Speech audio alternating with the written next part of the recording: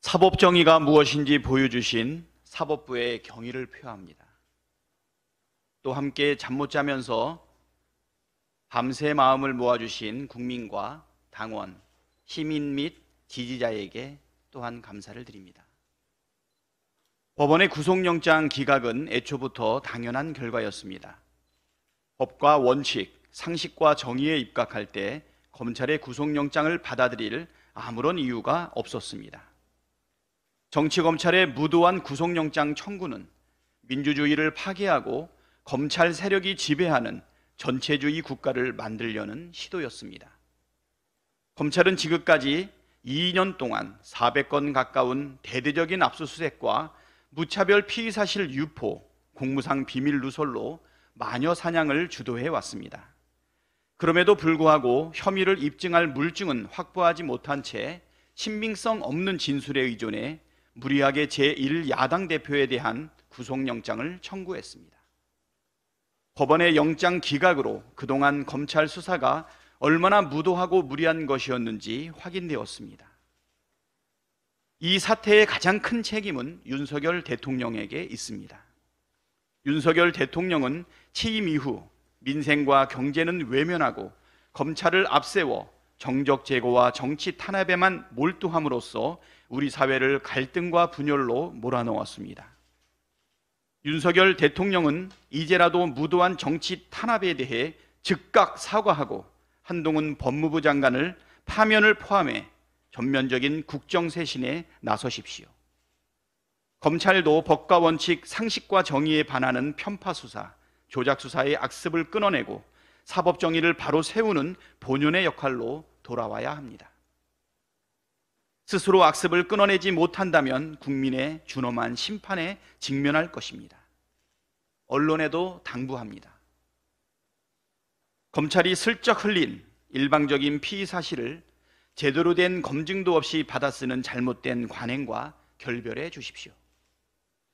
단독과 특종의 유혹에서 벗어나 최대의 권력기관이 된 검찰을 감시하고 견제하는 것이 지금 언론이 해야 할 역할이라는 점을 명심해 주시길 바랍니다. 한동훈 장관을 파면해야 할 이유가 또 있습니다. 무능하고 무책임하며 직무를 정상적으로 수행하기 어렵다는 것이 판명났기 때문입니다. 윤석열 정부의 인사검증은 법무부에서 책임지고 있지만 지명된 인사마다 부적격자입니다.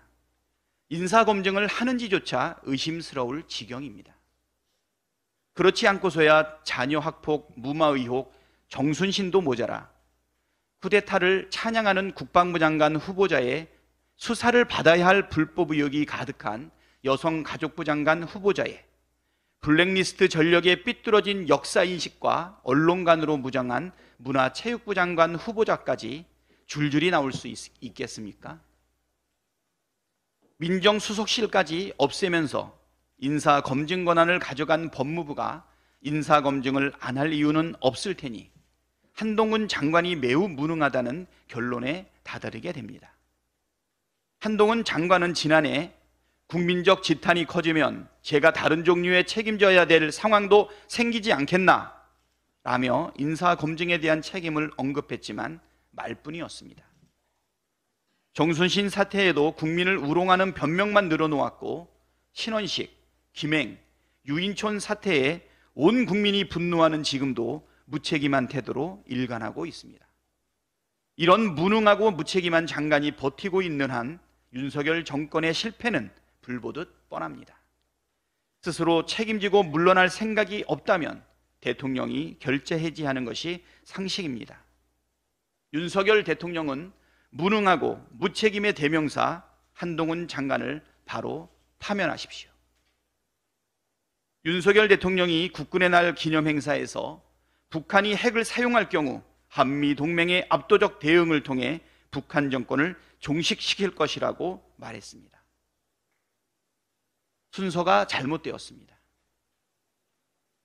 북한이 핵을 사용하면 보복 대응을 하기도 전에 이미 남한은 초토화됩니다. 보복 대응한다 해도 우리 국민이 입을 엄청난 피해가 없어지지도 않습니다. 대통령이 해야 할 일은 북한이 핵을 사용할 일이 없도록, 아니 전쟁 자체가 일어나지 않도록 한반도 평화체제를 튼튼하게 만드는 일입니다. 정작 해야 할 일은 하지 않으면서 말로 대결만 부추기는 것은 국민의 생명과 안전을 책임져야 할 대통령의 자세가 아닙니다.